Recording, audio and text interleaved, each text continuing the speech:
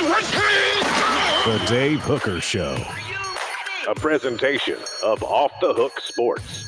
Objective insight, expertise, top guests. Available on YouTube, Apple, Spotify, and the Off the Hook Sports app. Download now for free. Also available on offthehooksports.com. I compute and obey. Now to Dave Hooker. Ready. It is a Football Friday with Ron. What? Ron Slay will join us from 104.5 The Zone in Nashville, Tennessee. We'll get him to take the temperature of the Tennessee fan base in the mid-state area. Can Tennessee ever compete or top the Titans if they're very successful for a long amount of time in terms of interest in Tennessee? But no, really, it's a Football Friday with Fred. Fred will join us. So Fred White, Ron Slay, a monster show lined up today on the program. Let's start with the one, the only, Caleb Calhoun. How are you, sir? I'm doing good. I am feeling like a very smart person right now because I watched Billy Napier coach last night, and I'm like, wow, I could do better than that. You know what I like, though? He's very detail-oriented. Oh, yes. Really showed that yesterday in the game. It was so funny they said detail-oriented was all I heard 2 years ago at SEC Media Days. What does he do well? He's detail-oriented. What does he do well? He's detail-oriented. You know, like other people, like Spurrier, they'd say he throws the ball. Heupel, he runs an up-tempo offense. Saban, he's tough, but detail-oriented, that's all I heard. And he runs two dudes out there with the same number. I've never seen that before. Have you ever seen two dudes? Now, it's only been around for, about 10 years where you could have an offensive and defensive player with the same number. Wes said he tried very hard, and he did. But two dudes ran out there with the number 3. Yes, the detail-oriented guy. This is I can't wait to talk to Fred about this because I want to ask him too, like, what's more embarrassing? 2 guys on special teams with the same number or 13 men on the field with Derek? Like, who should be more embarrassed, Derek Dooley or Billy Napier at this point? I'm going to be real frank with you. I think it's easily 2 of the same numbers than 13 men with Chuck Smith. You're talking about going way back to the Derek Dooley era when he ran. I think he ran 6 defensive tackles and 1 actually made it back, but it's still 13 men overall. So no, I'm gonna have to say that. I mean, two guys with the same number, especially. I know you got first game jitters and stuff, but you look at the depth chart in special teams, and I see how it could happen because special teams you have some offensive and some defensive players, right? And if you didn't see that last night, it ended up being a significant factor in the game because it cost a possession, right? Because they ran 2 out there. They scored a touchdown on that drive. Yeah, they scored a touchdown on that drive. So they run 2 guys out there with the number 3, which you can have the same number. You just can't be on the field at the same time. So I don't know how you look at a special teams depth chart and you don't say, whoa. If Bob gets hurt, then Joe and Billy are in the game at the same time and they both have number 3. We need to do something here. The other thing it tells me is that Billy Napier is bending over backwards promising numbers in recruiting. Now, did you think about that? Because everybody wants single-digit numbers. And I wonder if one of those guys was told you can have the number 3. Whereas years ago, he would have had the number 38 and had to earn the number 3. I never thought about that, but you might be right about that. You're probably right. That does make sense. We're always forgetting this, and I talk about this a lot. I think Billy Napier's in over his head in recruiting because Dave, we you know this is where he also joined. Caleb, let me stop you for a second. He's in over his head in life. He's not a life champion. You're not a life champion. So nice right now. Well, okay. What we're realizing, because remember, Derek Dooley was hired because he could recruit, because he was a recruiting coordinator at LSU. Here's what we're learning. Guys, stop hiring people from Louisiana thinking they can recruit. It's not hard to recruit in the state of Louisiana, whether you're at LSU or Louisiana Lafayette. You know what you need to recruit in Louisiana? Gas money. Literally, that's all you need to recruit the state of Louisiana if you're coaching in Louisiana. Okay, we got a lot to get to on the program today, and it's not going to be all about Billy Napier, thank goodness, because just one laydown, and then it's time for Tennessee football. If you're watching this on a Saturday morning, we're with you live weekdays at 10 a.m. So we're going to discuss some prop bets for Tennessee, Virginia. That should be fun. Also, the ACC has added Stanford, Cal, and SMU. We've got Fred White. We're going to look back on that Florida game and what he'll be looking for when the Vols play Virginia. There are goals outside just the score when you play a team like this. And then Ron Slay will join us, and we'll get his thoughts on Tennessee's presence in Nashville. You know, Ron is an afternoon show host there, and they were probably 80% Titans, 20% Vols 4 years ago. Now they're probably, I would think, a little bit closer to 50-50, but we'll talk to him about that and get his thoughts, what he expects from the Vols this season. And the guy knows all sports. I'll go ahead and promise you that. So if you think a basketball player on a football Friday, no. He'll give us great perspective, and he'll also answer today's tough question, which will be, can the Vols ever be bigger than the Titans in Nashville? We want to congratulate the nasally one, John Adams, for getting inducted into the Knoxville Sports Hall of Fame last night. He didn't even tell anybody about it. It was in the paper. By the way, to the News Sentinel, the person that ran that picture of me, John, and Mike Strange and Drew Edwards in front of the Rose Bowl, my wife got no credit for taking that picture. She took that picture. If you can pull it up at some point. Oh, I've seen that picture of you. Yeah, you had red hair. Yes, I don't anymore. But my wife took that picture and it just said provided. Hell no, it wasn't provided. It was provided by my wife. So give her a little bit of love. Photog Shanda. And did she also film you? Because there's a video of you on YouTube right now, Dave, from like 2013 catching balls from Eric Ainge. Did she film that or not? No, trying to catch balls. No. I caught the first one. And the second one was a pass from 10 yards that you never would have thrown in any sort of game. It was like, you know how you put touch on a pass? And he was embarrassed I caught the first one because he threw it probably about 80%. And he threw the next one as hard as he could, and I couldn't catch that. And then they've edited it and everything, but he's got a noodle arm nowadays, so what does it matter? But what Tennessee Vol, before we really dig into it, is most likely to be in the Knoxville Sports Hall of Fame one day. That is on the roster right now. Knoxville Sports. I got mine. You ready for mine? I think we might have the same one, but I'm going to see who you're going to say first. You go first. I think it's going to be our guy Cooper Mays. Oh, there you go. Well, I tell Knoxville kid. I tell you who it is for me. It is my guy Jacob Warren, because he had a good career like Cooper locally. He's had a good career at Tennessee, and I've got a weird feeling no matter what happens in the NFL, and he'll be a guy that plays a few years in the NFL at the very least, but I've just got a weird feeling that he might be in broadcasting one day. He's just too good.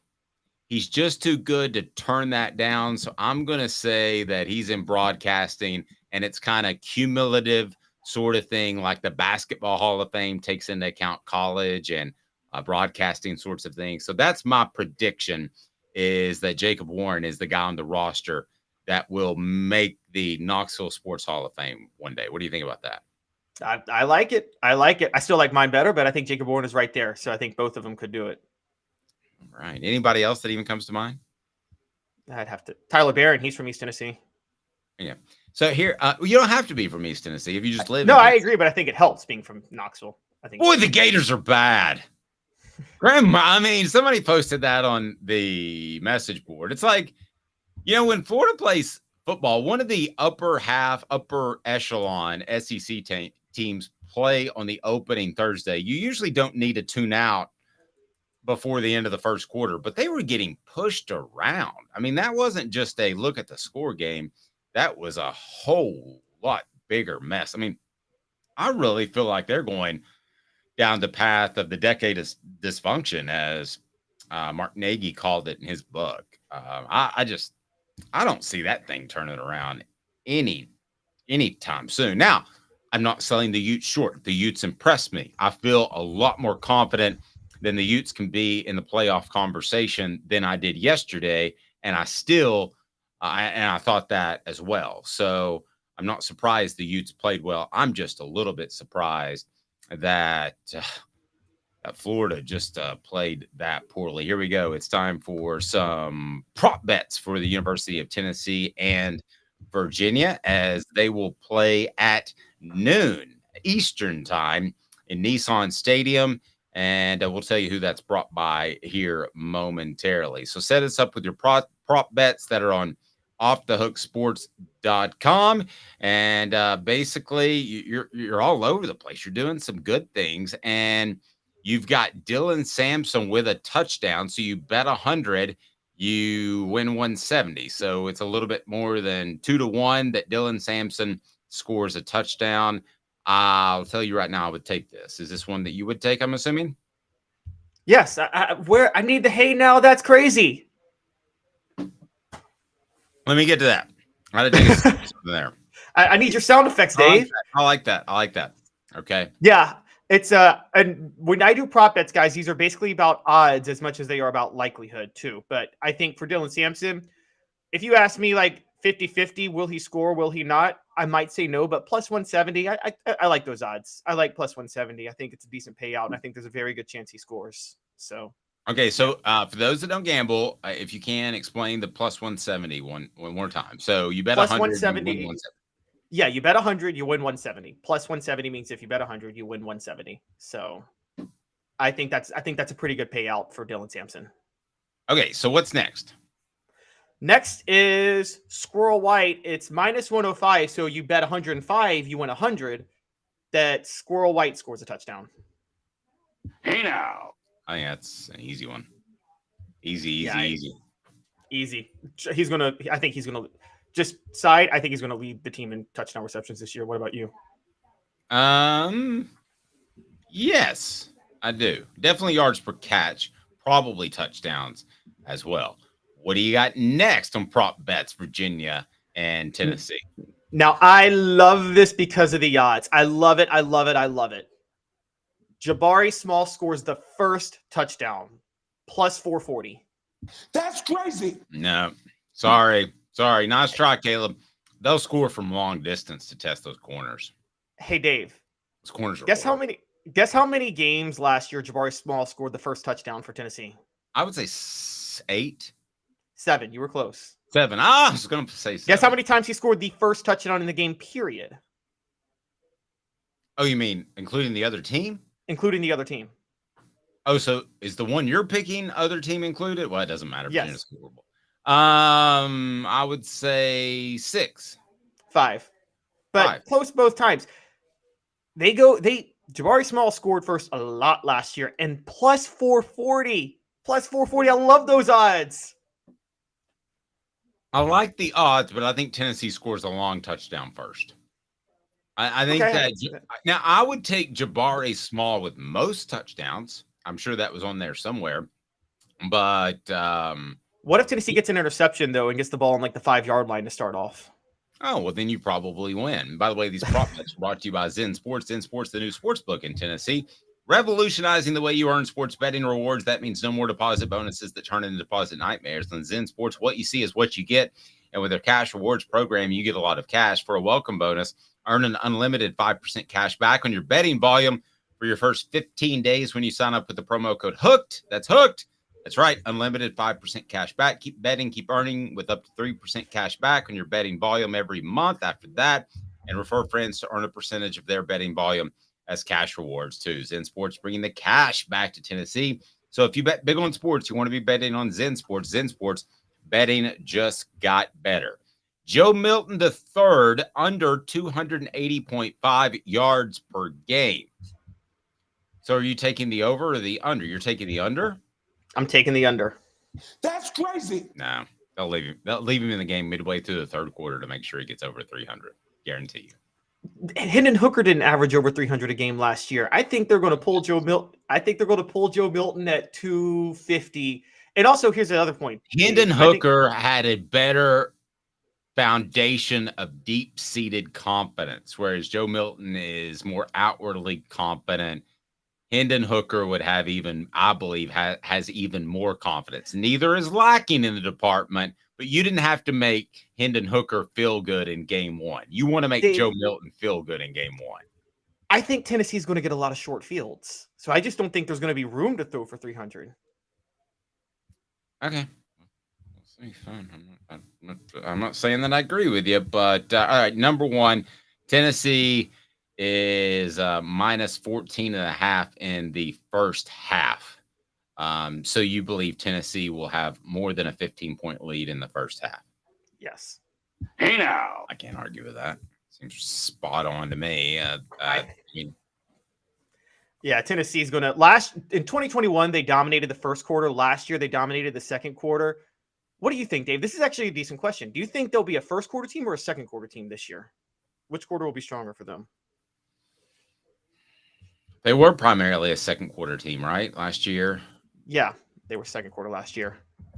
Well, they're not going to be that. I mean, statistically, they're never going to be a third or fourth quarter team because half the teams are probably going to run out of the building, and because the way college football is set up, you're going to run half the teams out of the stadium. So statistically, you're never going to be a second half team necessarily. You may play better in the second half against quality opponents, but statistically, it's always going to look better in the first or second quarter. Now, I'll say probably the same. I'll give this coaching staff kind of the ultimate compliment, and that is I think they make in-game adjustments outside of halftime. A lot of people can make adjustments within halftime, and they're just fine. Some people can't even make halftime adjustments at all. But making adjustments, or in the third quarter against LSU in the 2001 SEC championship game. Or you got coaches that make adjustments on the fly, and I think Tennessee can do that. So it is confirmed the ACC is adding. Wait, Stanford. First or second quarter, though? First or second? Are they going to be first or second? You did. I'll say second. So I think they Okay. make those adjustments. I got caught up beating around the bush. It is confirmed the ACC will add Stanford, Cal, and SMU. Now, my question for you is, how does this change things for the SEC? Do you start being a little bit different in your philosophy of what was the term that Greg Sankey used a couple of years ago? Contiguous states? Congruency. Congruency. So do you start to get away from that? There's still a Washington hanging out there. Notre Washington Dame, I State. guess. There's a Washington. But what does that do? Yeah, it's Washington State and Oregon State. Washington and Oregon are already in the Big Ten. Are going to the Big Ten. Oh, so you can't even. Oh, you can't even get. So you can't go get what? I mean, I don't know that anybody's out there other than the ACC teams in Notre Dame. I mean, then they would all be congruent. Yeah, I think the SEC should stick with congruency. Well, they don't really have a choice. But I don't think they need to either. The one thing I'll give UMass? the one thing I'll give Greg Sankey is I'll knock him for not getting better TV deals, but the advantage the SEC has, or the South footprint, your footprint is in areas where you can get a lot of great revenue-producing colleges. So, I mean, and you can get a lot of stat-producing 330-pound dudes that can move. That's what makes the SEC inherently different than every other place in the country. They're, 70, 80% of the guys. If you want to look at the defensive tackle list of 4- and 5-star guys, I bet 70% are from the South each and every year. Yes, because I've thought about this because Iowa and Wisconsin is like a pipeline for elite offensive linemen. But Dave, you know this. You can coach up somebody to be an offensive lineman. You can't really coach somebody to do what they need to do as a defensive lineman. They just got to have the raw physical ability, don't they? Well, yeah. I mean, you just gotta have. It's rare to be 300 pounds and have fast twitch muscles. I mean, you don't see those guys bounce around a lot. You see somebody that's 300 pounds out in daily life. He's usually not springing from spot to spot in his particular chosen job. So now, when I look at let's look at the player rankings real quick. So let's pull that up, and let's go ahead and think of this as the section of the program where we say why the SEC shouldn't really be affected by this latest move. Maybe that's the direction we're going here. So if I look at defensive linemen, the top rated dudes, So I'm going defensive lineman. They don't bring them up. They don't seem to break them up by defensive tackles. What am I missing here? Okay, so just defensive linemen. So I'm going to pick the 300-pound dudes. Okay, 300-pound dude, Illinois. So far I'm an idiot. Man, a lot of these guys aren't 300 pounds anymore. Football's gotten so light again. But let's just take the top 10, for instance. Defensive linemen. Now, some of these are borderline guys that could end up being edge rushers, or they could be defensive tackles. One, Williams Winery. He's from Missouri. Technically, that's the South, I guess. And then a kid, Breland, out of California. You have David Stone, Bradenton Academy. That is in the South. Justin Scott in Chicago. Edric Houston, Buford, Georgia. Camarion Franklin, we know him. Mississippi. Dominique McKinley, Louisiana. L.J. McCray, Florida. Dylan Evans, Texas, technically the South, if you want to count that as the Southeast now, and Jeffrey Rush out of Mississippi. So out of those top 10, now that's just a quick look at it, all but 2 of the top 10 highest rated defensive linemen. So you can break them apart according to 247 by edge rushers, but you can't break them up by defensive tackles. But out of the top 10 defensive linemen, 8 are from the South. 8 are from the South. 8 are from states that the SEC is already in. And yeah, so, and I mean, not only that, let's just, going through it again, Florida, Georgia, Mississippi, Louisiana, Florida. 6 of the 10 are from the original SEC states, Mississippi, Florida, Georgia, which have charter members of the SEC. So, I mean, you're right. And we know Mississippi produces, I talked about this yesterday, Mississippi probably has the most freakishly athletic people in the country. It's just not that populated of a state. If there was only one SEC school from Mississippi, if it was just Ole Miss or Mississippi State, that would be a program on the level of Alabama. Okay, so does this mean that Tennessee has to go get Florida State, Clemson, and USC like now? You mean the SEC? I'm sorry, the SEC. I mean, I think they want to try, but I don't know if they can. Those were the only 3 schools who voted against the expansion. Getting SMU, Stanford, and Cal, Dave, they have 3 more schools to vote to keep the grant of rights agreement in place till 2036. So now FSU, Clemson, and UNC, to try to break that, they got to take that to court. And I'm not so sure the courts are going to side with them on that. Well, so they might be stuck in the ACC. But we're all pretty sure the courts will move pretty slow on something like this, right? You might have one congressman like Tommy Tuberville or something get behind it because it gets him in front of a lot of televisions, but that doesn't mean the judicial system is going to move quickly to get an answer. I mean, this could be years, just like NIL, federal regulation. I mean, do we think that's even going to happen before, say, 2008? If I put the over under at 2008, you'll have federal. You mean 2028? Because 2008 was 2028. 2028. You'll have federal regulation by 2028. Would you take the over or the under? Oh, over meaning after 2028? Yes. Yeah, over. It's going to be after 2028. That's insane. 2 minutes. Fred White, a Football Friday with Fred. Here we go. It is game week on a Friday. Fred White, DFL, joins us next. Hang tight. Watch this and support our sponsors.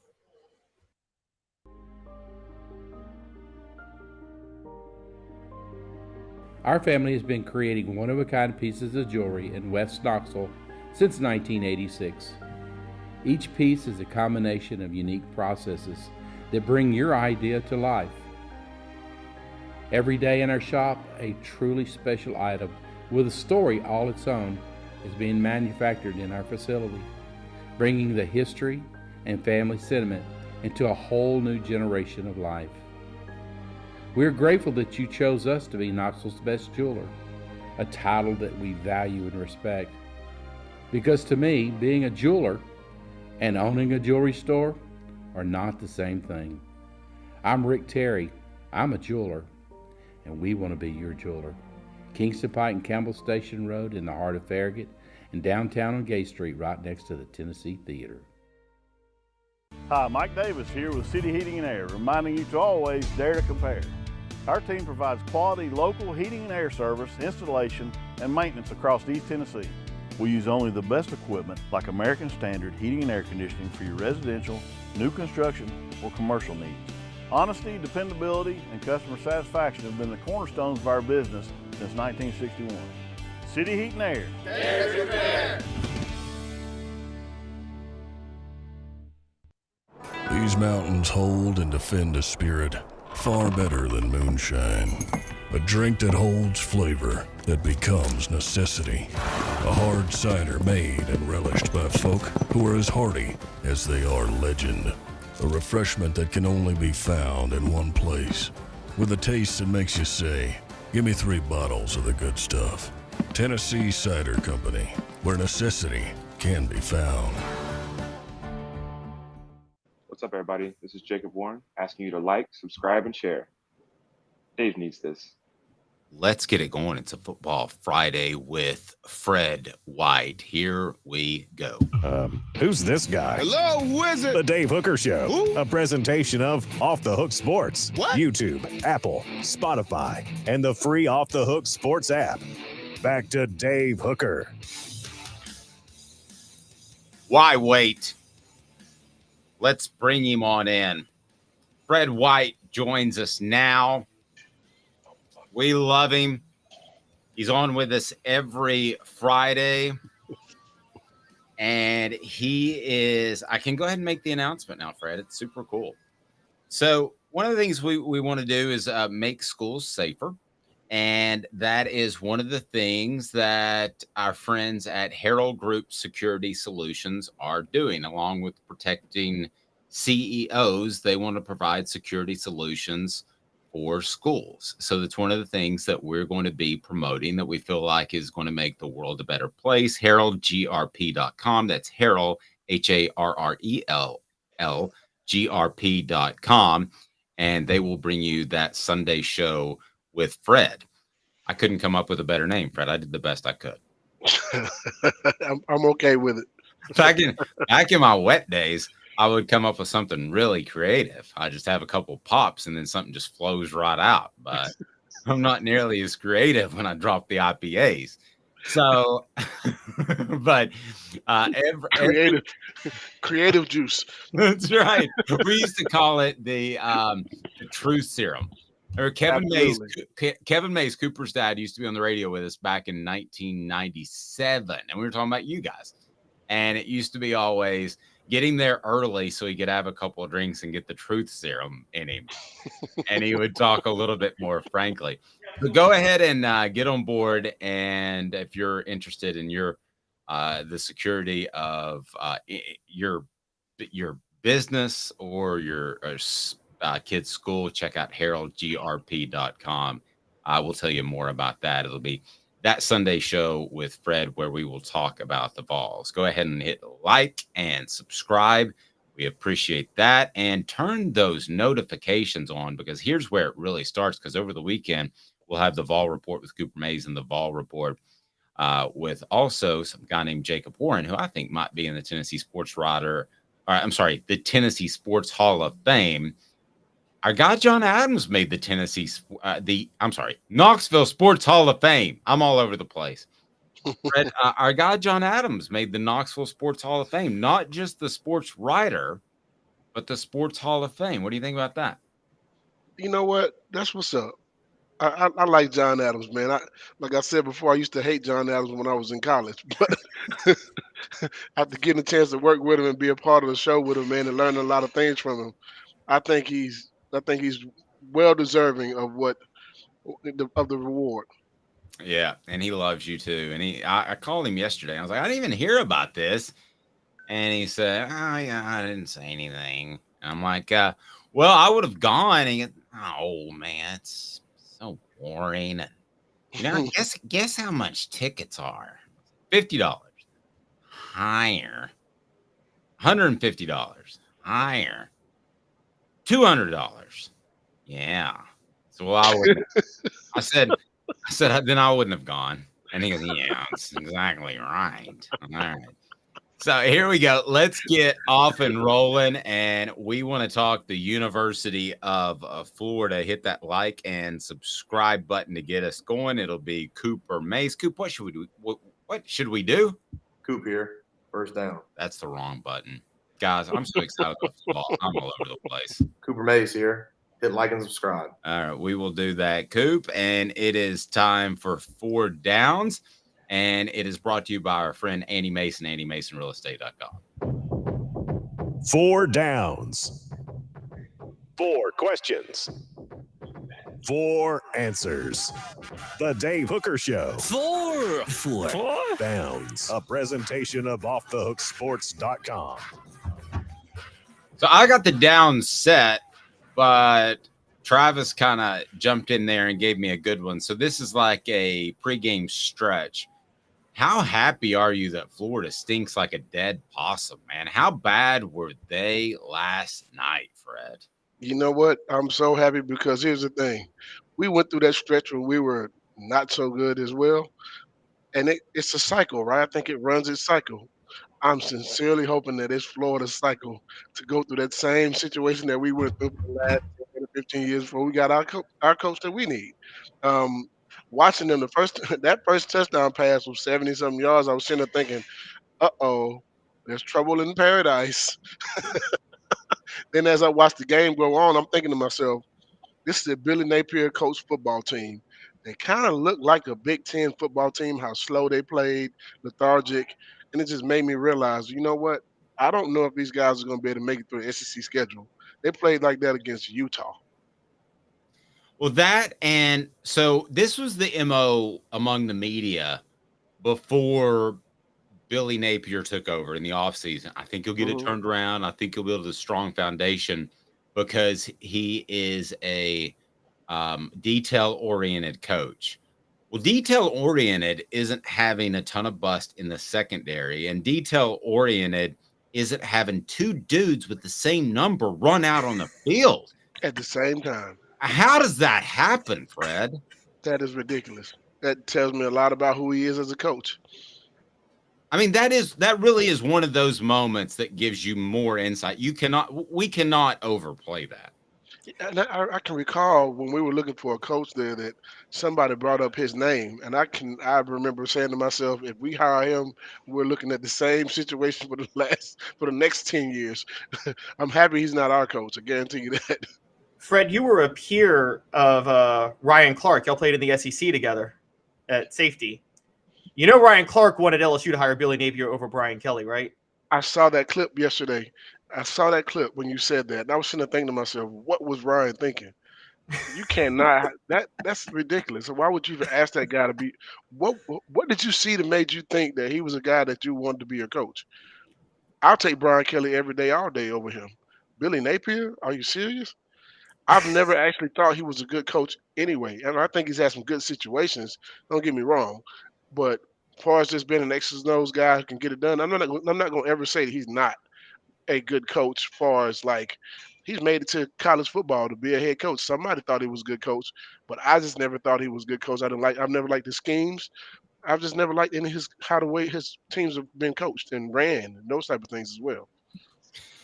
Yeah, and when it started to leak to me, somebody that covered Florida said to me that was really on Billy Napier a year ago, the detail-oriented coach, said this year, well, I think he'll at least build some stability. I just don't know if the fans are patient enough. Wait a second. That's like a girl that says, well, maybe I'll show up and go out with you, but I certainly wouldn't bet on the fact that I'll actually show up at 7:00 on Friday night. Yeah. You might show up, but she's going to only be there for the food. I guarantee. I hope you have the patience to sit around there and wait for like 3 hours, and maybe I'll show up. I just thought that was a really weird thing to say. But am I wrong? Did you watch the game? Y'all watched the game, and did you see how like they didn't look like they were in a hurry to do anything? It just looked like they were just on the football field, and it was like they didn't know what they were doing. They looked very unconfident and very unsure of themselves while they were on the field. No, I agree. Do you think the weather, like the hurricane distraction, maybe affected them at all, or is that? I doubt it. I seriously doubt it. I doubt it. How about these hurricanes? How about these hurricanes of touchdown passes we're gonna throw on them in that stadium? I guarantee you, it's gonna be a good one.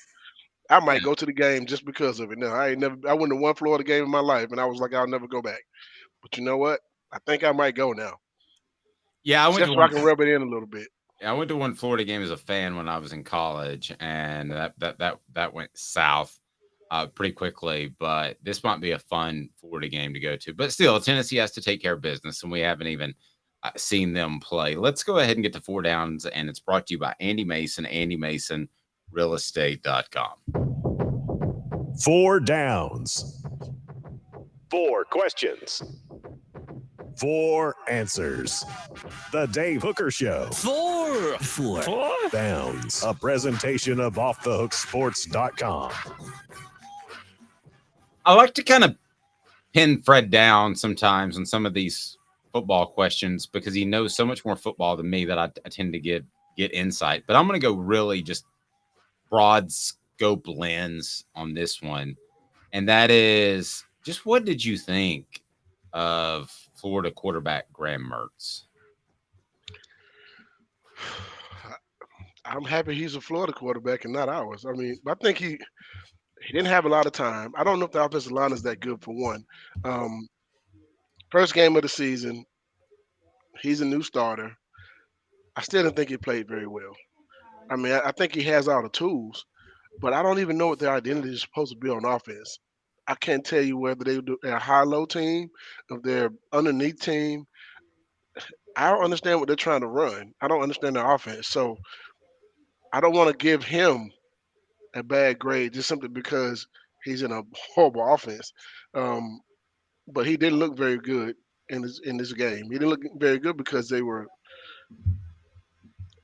I don't understand the play calling, man. It just didn't make sense. No, I felt the same, Caleb. I felt the same way. I didn't know what they were trying to accomplish. I feel like I know when I watch good teams what they're trying to accomplish first, and then you build off that. Well, I think they are very. I think Fred, you nailed it. I think their tackles are terrible. They are. They are horrible. Yes. I think they got Graham Mertz, who's used to playing in the Big Ten behind a Wisconsin offensive line, which whatever you want to say about Big Ten football, Wisconsin always produces those great offensive lines. So Graham Mertz was very much a drop back, dink and dunk down the field. We tried to do a lot of that yesterday. I think that's what they want to do. Rob Sale, the offensive coordinator, is a former line coach, but I don't. I'm with Fred. I'm with both you guys. I don't think they have an offensive identity. They don't know what they want to do, and I do think it's hard when you have a statue for not too much. Graham Mertz isn't totally immobile, but he's not that mobile. And when you have that bad of an offensive line, I just don't think there's much you can do. If you don't have a good offensive line, and you have a guy who he's not looking to run the ball. He's not a guy who's going to be very athletic like what you just had. He's nowhere close to the Richardson kid or any other quarterbacks they've had in the last few years. He is a statue. But keep in mind, Billy Napier, Wisconsin, what did he have there? He didn't have any athletic or mobile quarterbacks. Maybe he doesn't value one like he should. Yeah. I mean, because nowadays, let's face it, to be the next Peyton Manning or Dan Marino, a pure pocket passer, you've got to be really, really, really special in those regards. You better be able to move some for most people. Well, you better be able to have a good offensive line that can protect them too, because that's the name of the game. And I mean, you put Peyton Manning in the offense, they may have scored a few more points, but getting sacked that many times, hey man, it's going to be hard for you. And I'm going to say this again: Utah is ranked number 13, yes. However, that is a Utah football team. It's not the University of Georgia. It's not South Carolina. It's not Tennessee. It's not Auburn. You're looking at some real heat coming at you when the SEC season starts, because they're going to blitz the crap out of you, knowing that you don't have any guys that can make plays downfield right now. No, you're right. So what down was that, Coop? Coop here. First down. Thank you. What down is this? Cooper Mays here. Second down. Cooper's just sitting there in the studio waiting at all times to read those lines, and we appreciate it. He's right over there in the corner, and he just sits there and he reads those lines. We appreciate it. This is a tough one. What does Florida say is a team strength or that they did well after last night's game? How do you build upon last night? You asked a question. You said, what would they say they did well? Get beat. That's what they did well. They got beat. Bombs over Baghdad. I'm just saying. They got beat. Great song. Early and often. Really, is there anything, Caleb? I mean, I know I'm grasping at straws. That's the point of the question. I can't think of one dude that did something well. Well, okay, I'm just going to say it. Their punter did nail 2 punts inside the 20-yard line and had a 57-yard punt. Press the kicking game was here where the breaks were made. There we go. I got you. Yes. But they weren't even good in most of the kicking game because they still missed a field goal, and it was the special teams where they had 2 people with the same number. So, I mean. Yeah. That still is the dumbest thing that I've ever seen in football, probably. I'm seriously trying to aside, as far as an organizational thing. Just a funny aside real quick, because I'm a Real Housewives watcher, guys. Utah special teams coordinator, Sharif Shah, his wife went to prison this all season for financial fraud. Wait a minute. Well, hold on. Back up. What did you just say? Did you just say I'm a Housewives watcher? I watch the Housewives. I watch it on occasion, but that means old school VCR setup. Record at 7:58. You try to just say that like it was just cool. Okay. I'm sorry. Fan of the shows. But Real Housewives of Salt Lake City, Jen Shah, is married to Utah special teams coordinator Sharif Shah. She went to prison this offseason because she was stealing money from senior citizens.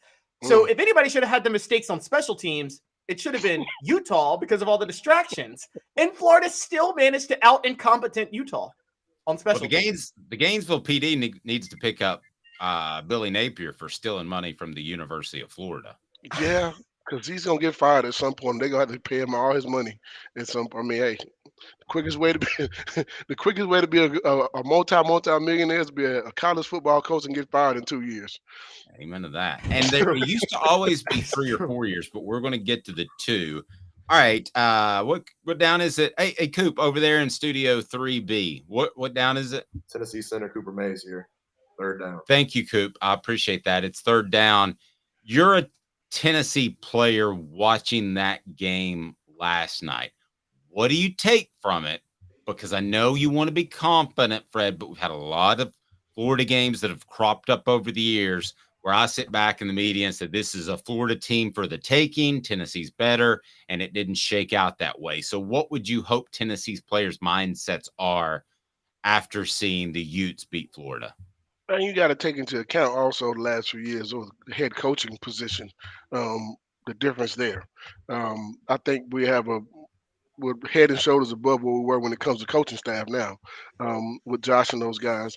I look at this Florida team, though, and they didn't – even those other teams that may have lost the game or didn't play very well, they may not have played very well, but they won the games, or they were in it. They weren't in this game whatsoever. They didn't look very well coached, for one. They looked like I know a few of our old school teams that with horrible coaches – after Coach Fulmer, I'm just going to say that first, that were kind of just didn't know what they were going to be doing on the football. They didn't look confident. They didn't know what they were doing on the field. They didn't look like a Florida football team from old. So I look at this group and say, unless you're going to have a drastic change in your locker room as far as leadership goes, I don't see them winning 6 games. And this is not his first year. I mean, Fred, this is supposed to be a detail-oriented coach, and you come out there in year number 2, and listen, if Ohio State, Alabama, Georgia, Tennessee, Southern California, I could list off about 8 schools that are just talented and or have great coaching. If they come out and beat you in year 2 just because they're better than you right now, I get that. but to look poorly coached in year 2, ouch. I bet you right now that Lane Kiffin is kicking himself, and also the University of Florida is kicking themselves by not hiring him when they had the opportunity to.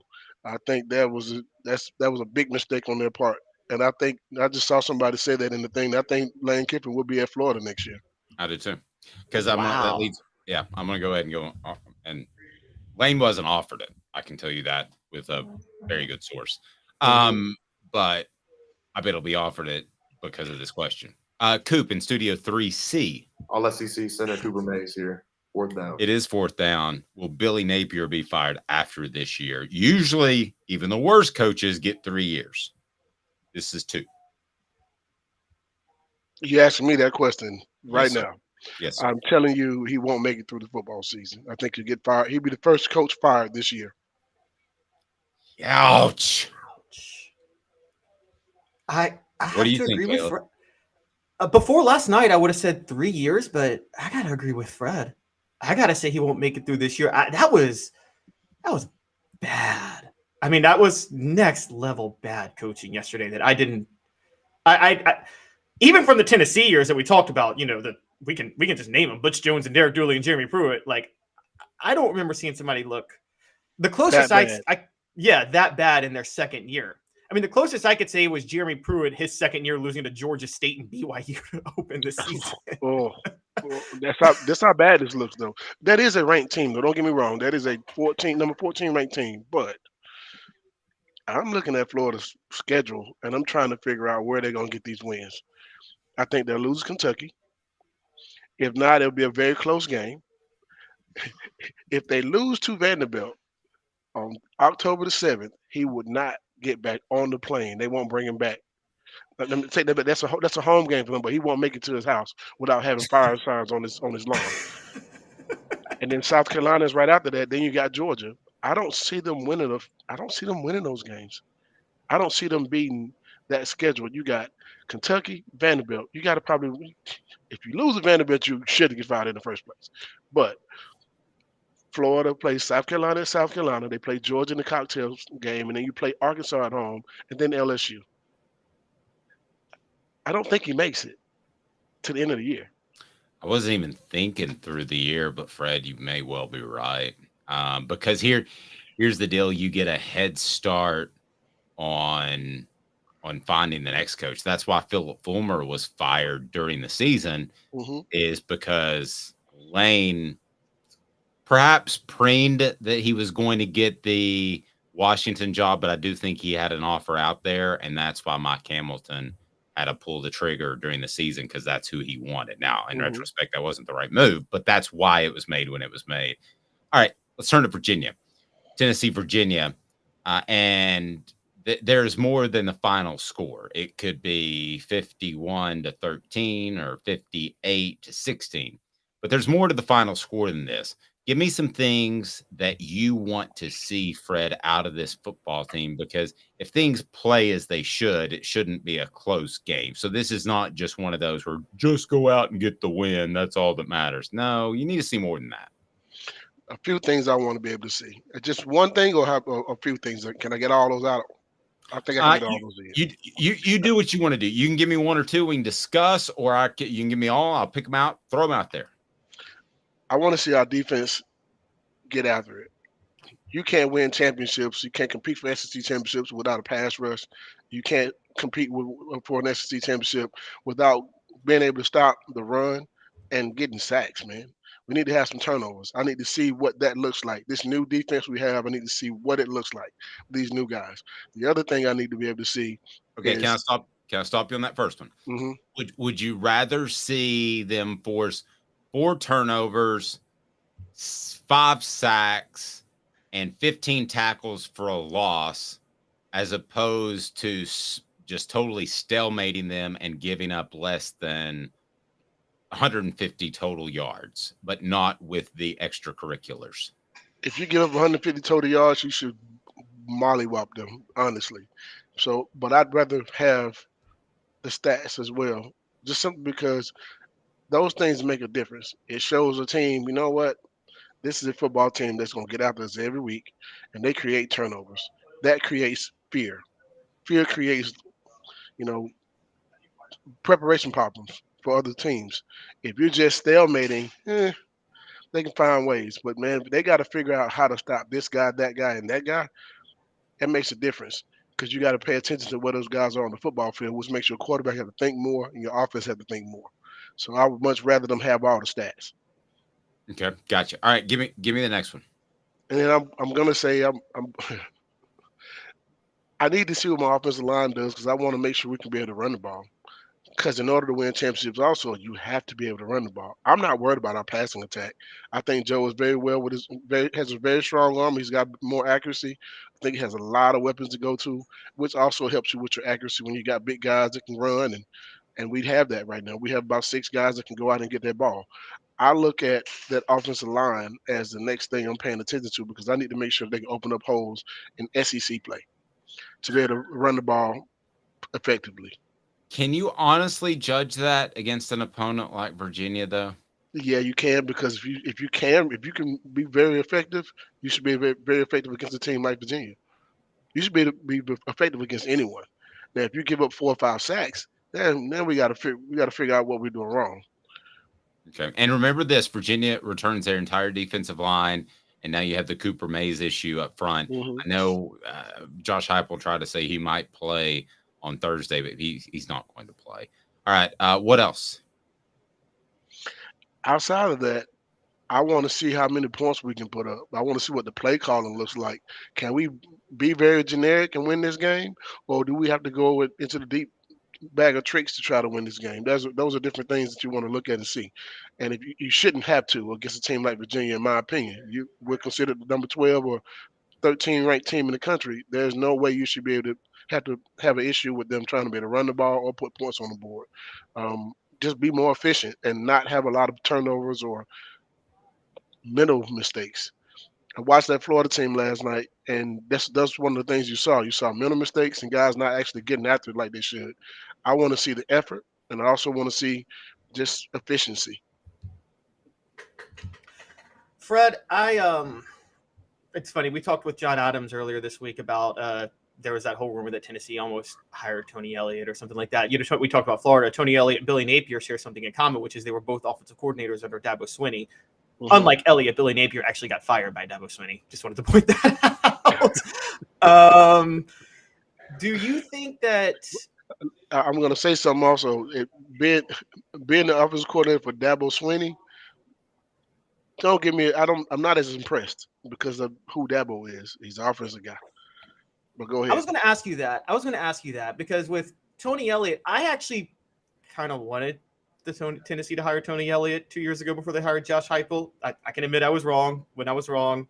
But do you expect to see since it's his second year at Virginia, do you expect to see a much better coach team than they were last year? What we didn't see from Florida last night, a very improved team, or do you think that they're going to have kind of the same issues that they had last year?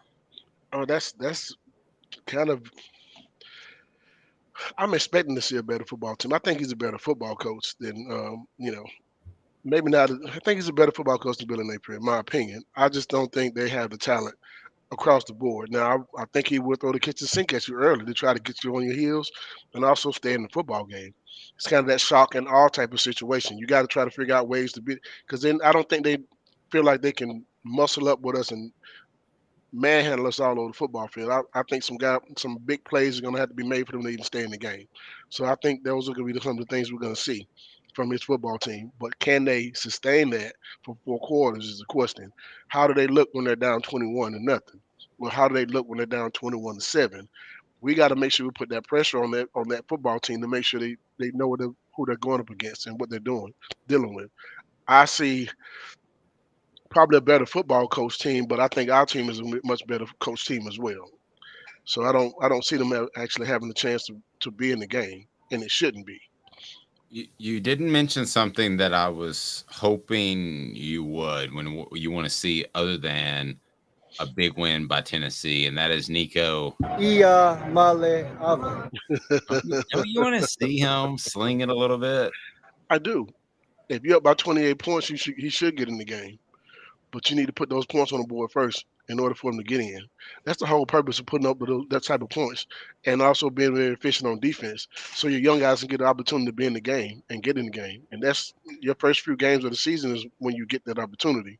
You should be able to get that opportunity against Virginia as well as Austin Peay. However, if you don't, man, I do want to see the young guys. I want to see Cam Selden play. I want to see some of those young receivers play. I want to see a lot of those guys get a chance to get in the game and get something done. But I would love to see Nico get out there and do something. Yeah, me too. That might be pretty high up on my list because I feel so certain that Tennessee is going to do the things, and I don't want to take anything just for granted, but I feel like Tennessee is going to do most of the things that you're talking about. So give me a prediction. How do you think this game shakes out? Not only the score, but just your X's and O's view. And I know season openers are the toughest. Dave, you know what my stat line is, right? What is that? 300 yards or less. Yes. 3 turnovers or less. Yes. 3 turnovers or more, actually. Okay. So it's a couple fumbles or interception. I think those things could happen, and at least 4 sacks. That's what I'm looking for. That's what I'm expecting. That's what I'm saying is going to happen. But I'm also going to say that we'll put up a lot of points. We averaged over 40 points a game last year. I'm looking at, and I see the score over there, Robert, 56-3. I'm going to go 56-14. Oh, 2 touchdowns. I'm going to go 58-9 because I think that ultimately if they get in the red zone, that Tennessee's speed and quickness is going to be too much for them even to be able to get open. And I think Tennessee will have that sort of pride as the offense scores a lot. And I'm sure you've been in situations where the offense is playing really well, and you want to hold up your end of the bargain. So, Fred, where are you, by the way?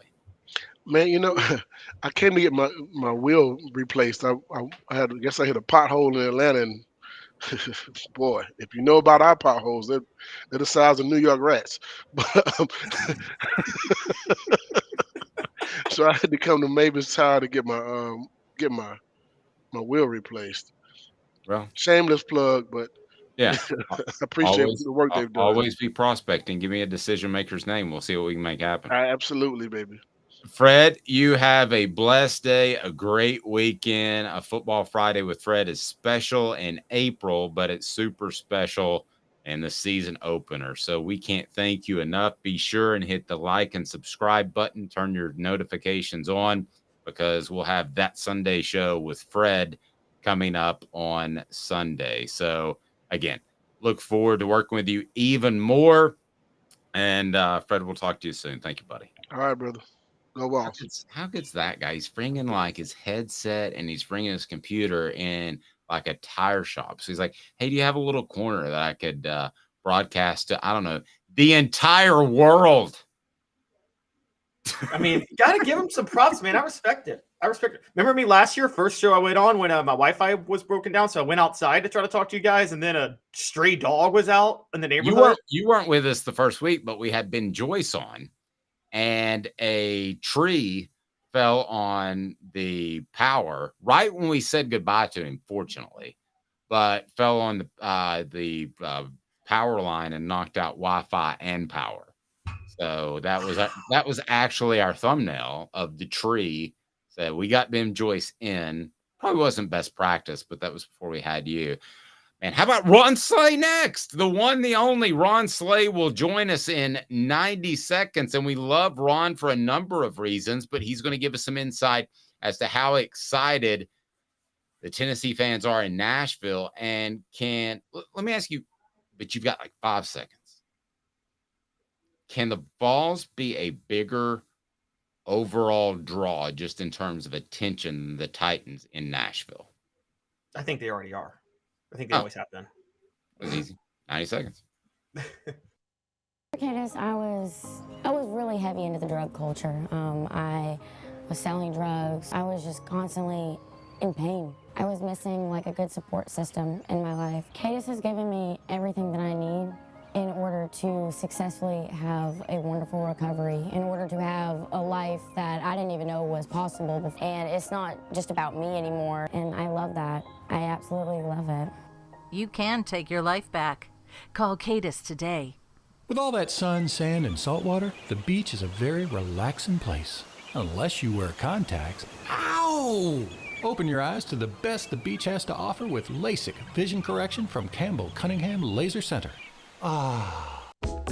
Sports Treasures in North Knoxville is one of the South's largest sports cards and memorabilia dealers, featuring over 10 million sports cards from vintage to modern. Sports Treasures carries a full line of hobby boxes, singles, autographed memorabilia, Tennessee Vol collectibles, fan cave decorations, and so much more. See a museum full of collectibles at Sports Treasures, 4819 North Broadway in Fountain City, and Sports Treasures on Facebook. Sports Treasures, where the real sports fan goes to shop. Who's this guy? Hello, who is it? The Dave Hooker Show, Who? a presentation of Off the Hook Sports. What? YouTube, Apple, Spotify, and the free Off the Hook Sports app. Back to Dave Hooker. Do me a favor, take half a second. And if you can, go to, if you're on the Facebook, go ahead and follow Sports Treasures, because they put out stuff that's absolutely incredible. You just heard about them, but like Hendon Hooker signed helmets and that sort of thing. It's just really cool. And then we will have some items that will feature from time to time at Sports Treasures, but it's there in North Knoxville. But a lot of people don't know that it's one of the biggest sports memorabilia shops in the entire Southeast. So it's really awesome. So check them out, Sports Treasures. Also, a little announcement next week. You can buy it on Kindle now, but don't do that because it's $7.99. So you can imagine not very much goes back to yours truly. Wait for the hardback cover, and we priced. We're going to price them the hardback at. We haven't come with the dollar price. Well, we kind of have. Amazon, by the way, raised their percentage of what they take from you, so that was super cool because they're not making enough money. But instead of ending the prices in 99, we're going to end the prices in 98. It'll be our Celebrate 98 book, the untold stories behind Tennessee's 1998 national championship team. So Ron Slade will join us here momentarily on what he expects from the Vols in Nashville. Can the Vols, or are the Vols bigger than the Titans? Our guy, Caleb Calhoun, says that that's the case already. And just the Vols' presence in Nashville. And John Henderson was inducted into the Tennessee Sports Hall of Fame. Both are from Nashville. He introduced John Henderson into the Nashville or the Tennessee Sports Hall of Fame. Let me ask you this, Caleb. So you say that recruiting isn't great in Nashville in terms of hasn't been great, and the stats would support you. Are those blips in the radar, guys like Henderson and the guys that they've had from time to time, or are the blips in the radar now where it will get better, should get better? Your thoughts? I still think it's long-term blips in the radar. Now, Nashville is going to be the best recruiting area in the state because of the size of the city. It's just so big now that you just naturally are going to have people to pick from. But per capita, I think it's going to be, I still don't think it's that good. Remember, you got a lot of Nashville's growing population is based on a lot of yuppie hipster type people from the north moving to the city. Their kids aren't playing football. Their kids don't have football bodies. Okay, those football bodies that you're talking about.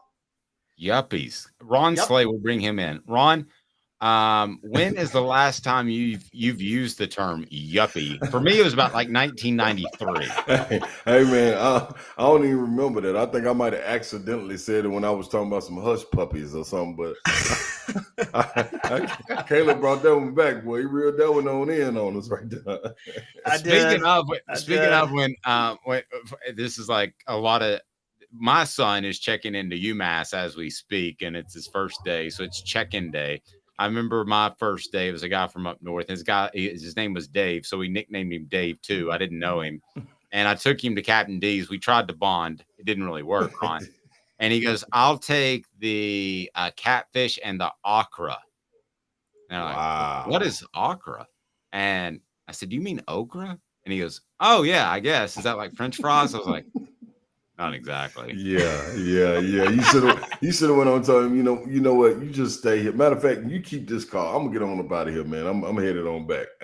I didn't have a car. Oh, well, see, there you go. And he was 21. So what he lacked in personality, he made up for in other areas.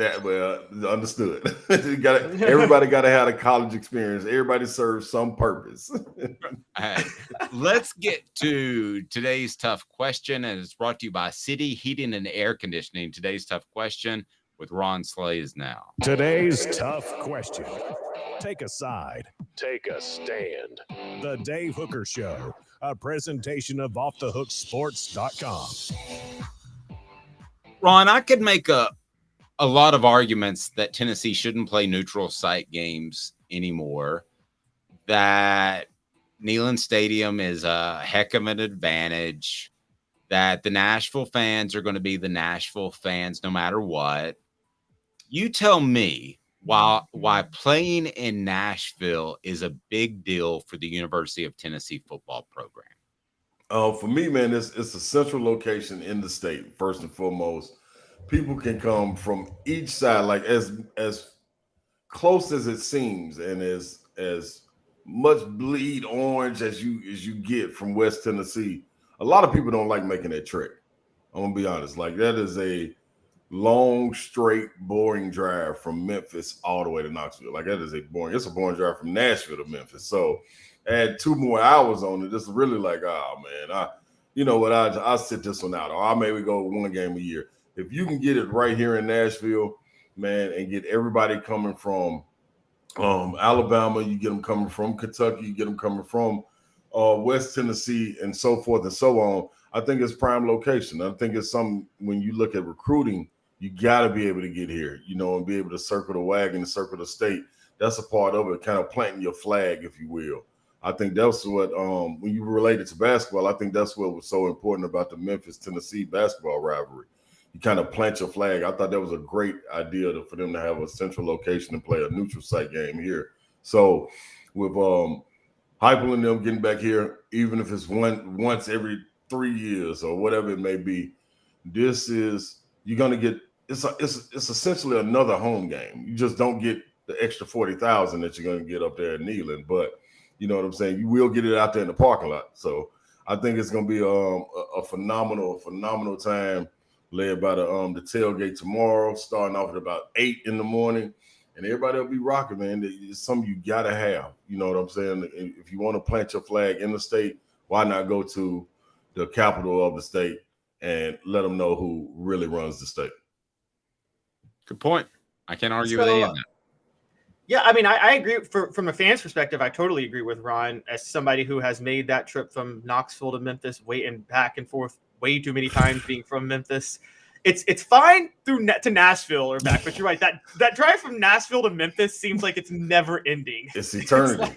It's got that one long S turn where if you're not paying attention, you could easily just drive off the road. Yeah, and also, if you were Nashville to Memphis is flatland. It's more like the Mississippi Delta. So there's no mountains, no scenery. It's just, it's almost like the Midwest at that point. Absolutely. Yeah. So Ron, one of the things, so I agree with you on that point, but from a recruiting perspective, even if everybody's going to disagree with me on the Nashville talent, right. Does it really do Tennessee many favors? Because doesn't Tennessee already kind of have a lock on Nashville recruiting? Can't they just get whoever they want out of Nashville anyway? You would think so. But I think the bridges that have been burned in the past by this coaching, the few coaches that came in, especially this last staff with Coach Pruitt and them, like it was a turn your nose up Tennessee coming into town. Like, I'm telling you what I know from coaches now. Coaches would be like, "No, we all right. We'll catch them another time," or something like that. Like, it was a turn your back on Tennessee, because Tennessee, in a sense, had you thinking that we're too good to recruit here. You know what I'm saying? Y'all, we shouldn't have to recruit here. Y'all will just come if you're going to come. If not, we're going to go to Alabama. We'll go to Georgia. We'll go to Florida to get guys out of there. But I think it was such a turnoff. It's more it's more important now than ever to make sure you put a fence around the state. And I think this is the way to do that, because recruiting is not a gimme. In my era, yes, without question. 90s, early 2000s, even a little bit 2010s, like it was okay. It was still good. But man, after that, man, and after the dumpster fire that we had up at Tennessee, like it was, you got to get back in and polish it up and put the product back out there and let people see who you are. That family atmosphere is back at Tennessee, and that wasn't welcoming throughout the state anymore. When it came to recruiting, you ask kids nowadays, they weren't thinking about Tennessee. Like it was an afterthought. I'm talking about 5-star guys coming in. You might get one, you know what I'm saying? But the majority of them, they're going elsewhere, man. And that was a problem. So I think right now it's back in a better place. And then for it to stay in a better place, you got to continue going around and knocking on those doors and, you know what I mean, letting people see your face. It was nothing like going to school and I'll be sitting at lunch and I hear, hey, Coach Foreman's in the building. You know what I'm saying? Like it was, whoa, hey, y'all, hey, everybody, hey, man, who are you here to see? You know what I'm saying? It had that aura about it. When it got to Dooley and Butch did a solid job. I'll give Butch credit. Butch did a solid job. But as far as getting the guys that's 3 stars in the state and things of that nature, if you wasn't a 5-star, Butch wasn't coming to get you. Pruitt, he didn't even think about it. You know what I'm saying? Now you're starting to get that stigma back of hyper coming around, and it's like, oh, you sitting up and you perk up a little bit more because you know Tennessee coming around, and that wasn't there before.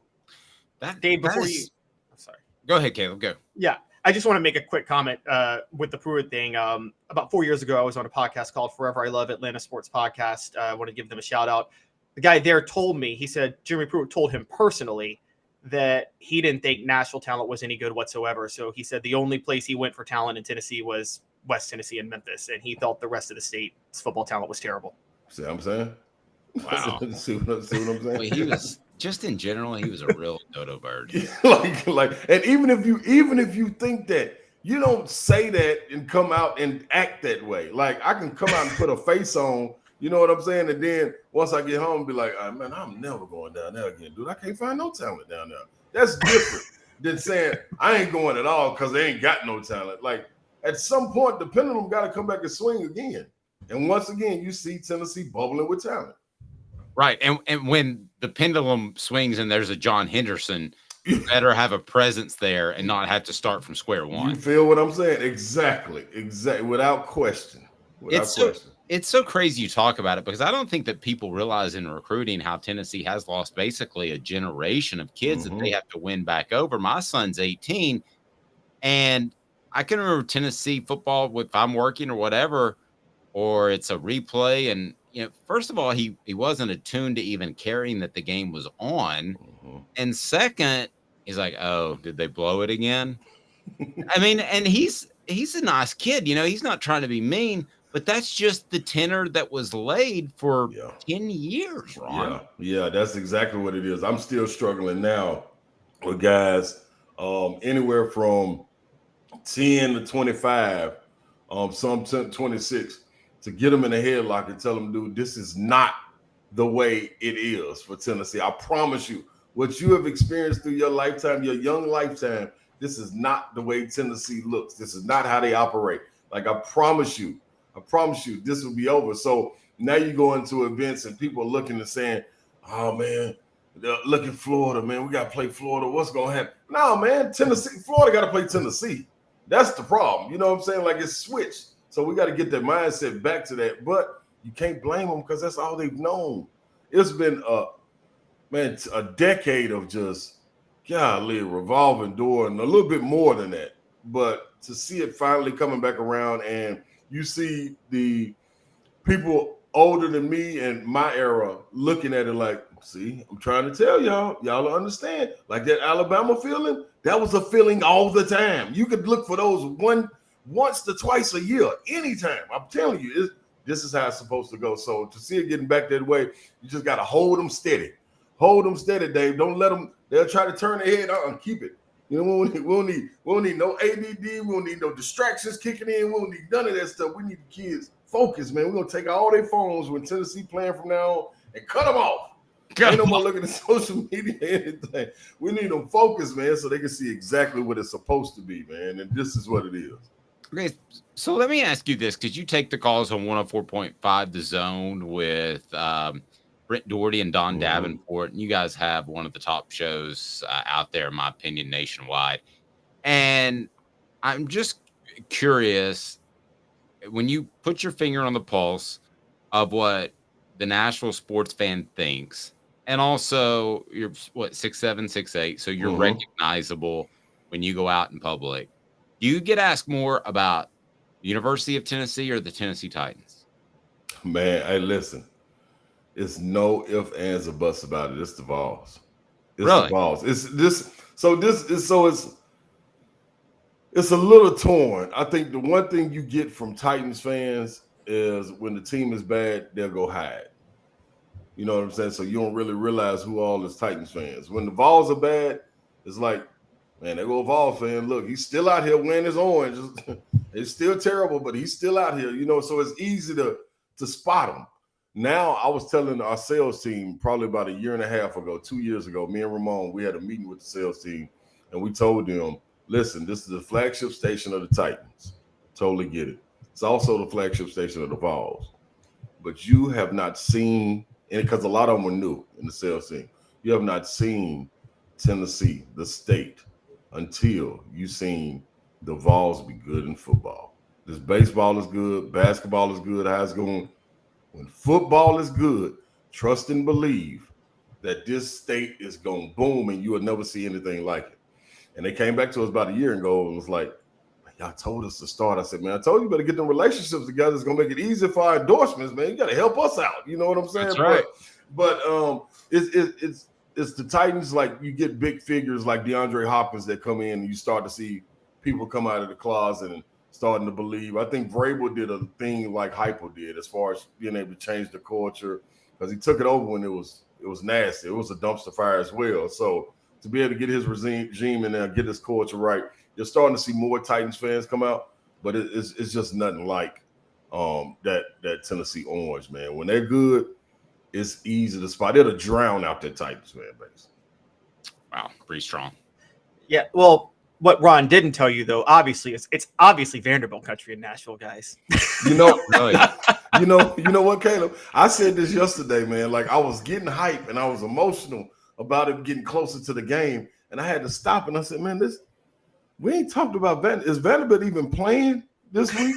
And they got a home game against Alabama A&M. I'm like, dog, like it's like you don't hear it. Like it's amazing, man. And I think Candace Lee is doing a terrific job over there as the AD. She's hiring in the right direction with Stackhouse, Shea Ralph, Clark Lee, all of them, man. They're getting them on board, getting them rocking the right way.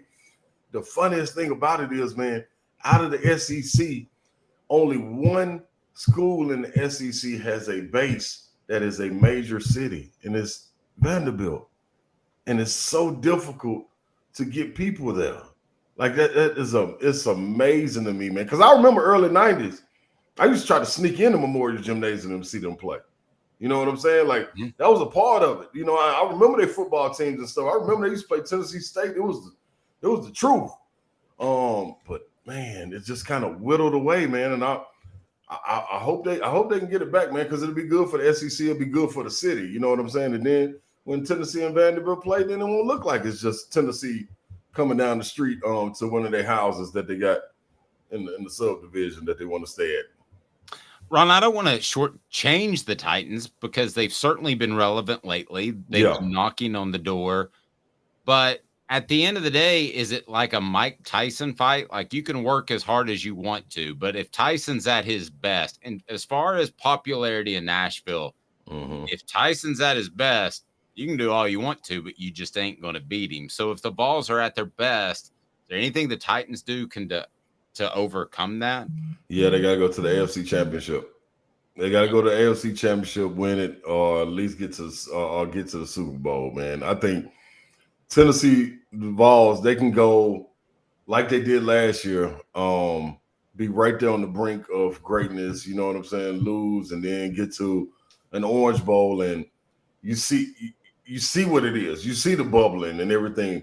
you take it on the flip side of that and look 2 years ago, the Titans are one game away from the AFC championship game, and they got the number 1 seed in the AFC. You know, get a bye, this, that, and the other. They play the Bengals and lose. Yeah, I know, believe me, I know. But they play the Bengals and lose the way they lose, and it's unforgivable. Like, it's like, okay, we tear the whole structure down and let's start over.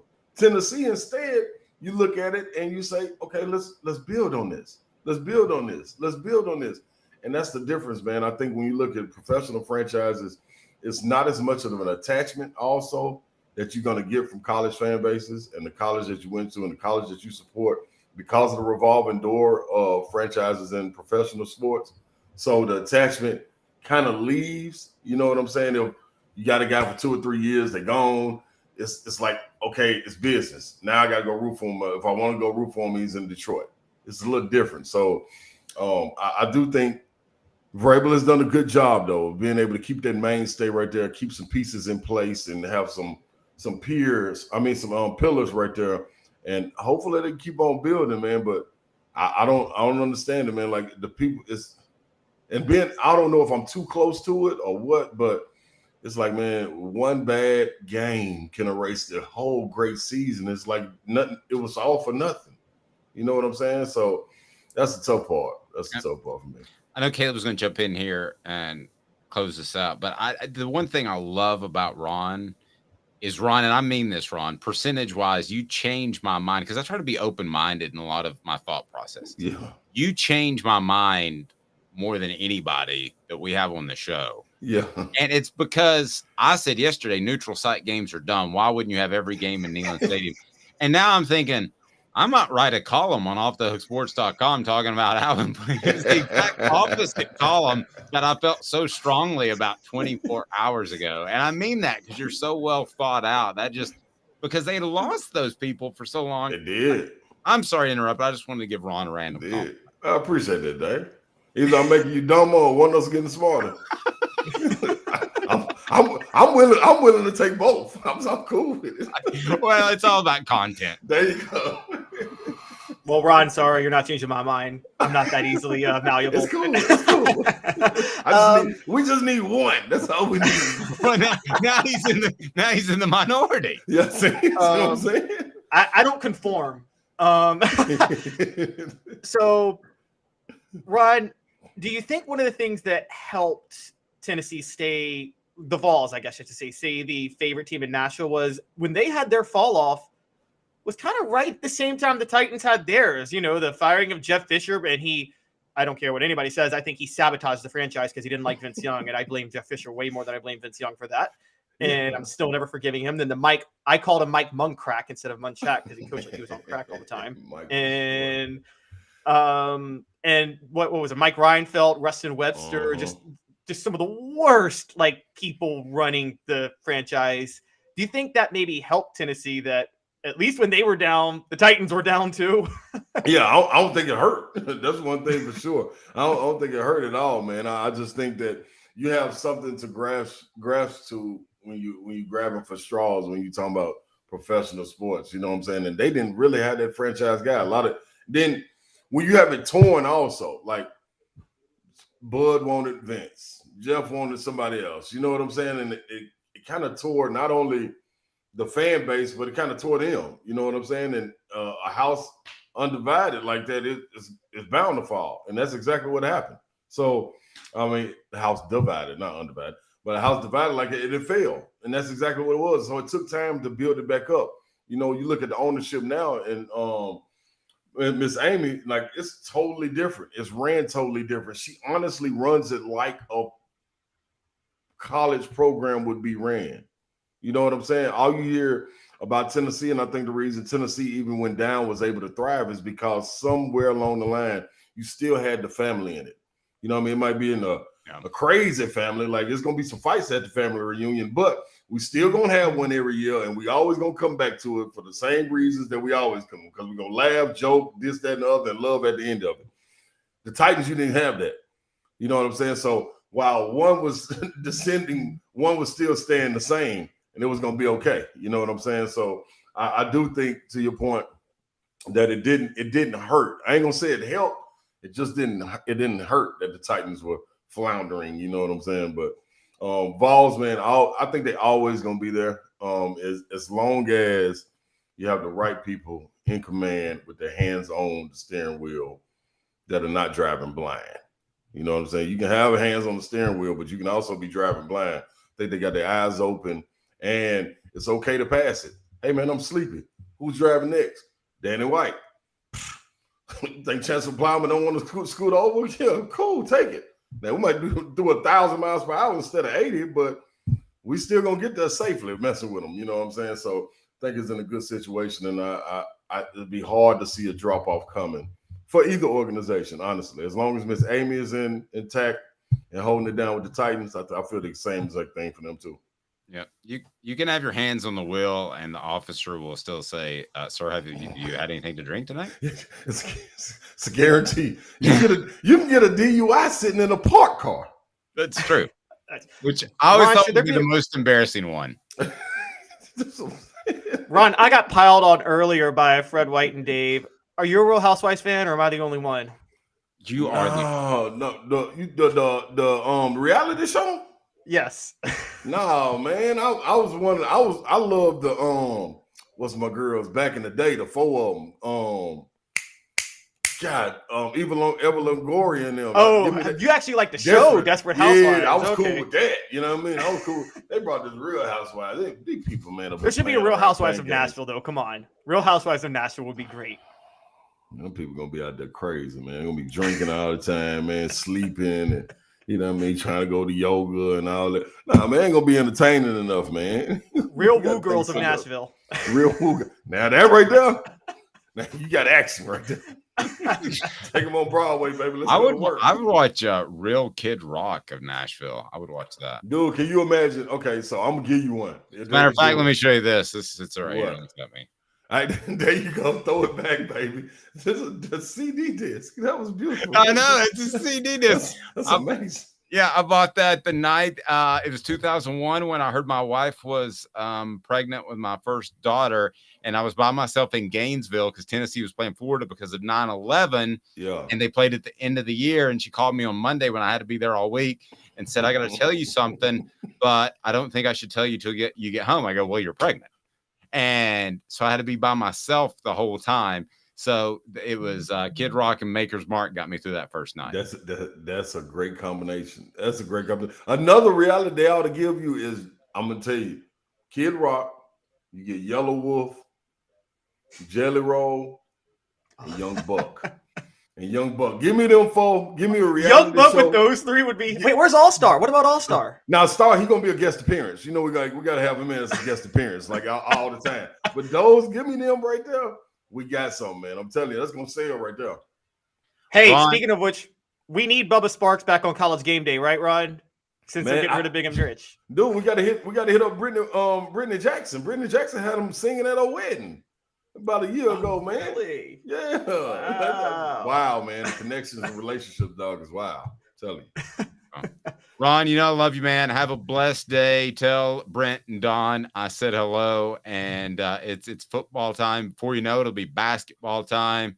Let me see that shirt. What's that shirt? Oh yeah, that's old school vintage. Oh, that is old school. You know what I mean? What did they hand that? That was like to when you actually Kid Rock was relevant. I actually stole this when somebody wasn't looking, but yeah. That reminds me of a story I could tell you about some of your teammates. Believe me.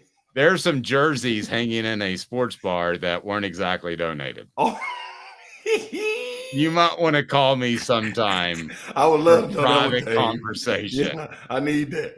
I hope one of them ain't mine. I need one. There might be one of yours. Ron, have a blessed day. And are you working out at 3 a.m. at Thompson Bowling? No, just picking up some gear. Have a good day, Ron. All right, go Vols, baby. We back. Let's see you, buddy. He's Ron Slay. He's absolutely great. He's Caleb Calhoun. I'm Dave Hooker. Be sure and stay tuned over the weekend. We'll have a post-game show. We always look forward to that Sunday show with Fred White, where we will look back on the game on Sunday, the Vol Report with Jacob Warren. That'll be brought to you by Campbell, Cunningham, Taylor, and Hahn. And we will have the Vol Report with Cooper Mays, brought to you by our friends at City Heating and Air Conditioning, cityheatandair.com. So weekends aren't time off for us. We got a lot going on. He's Caleb Calhoun. I'm Dave Hooker. This has been a presentation of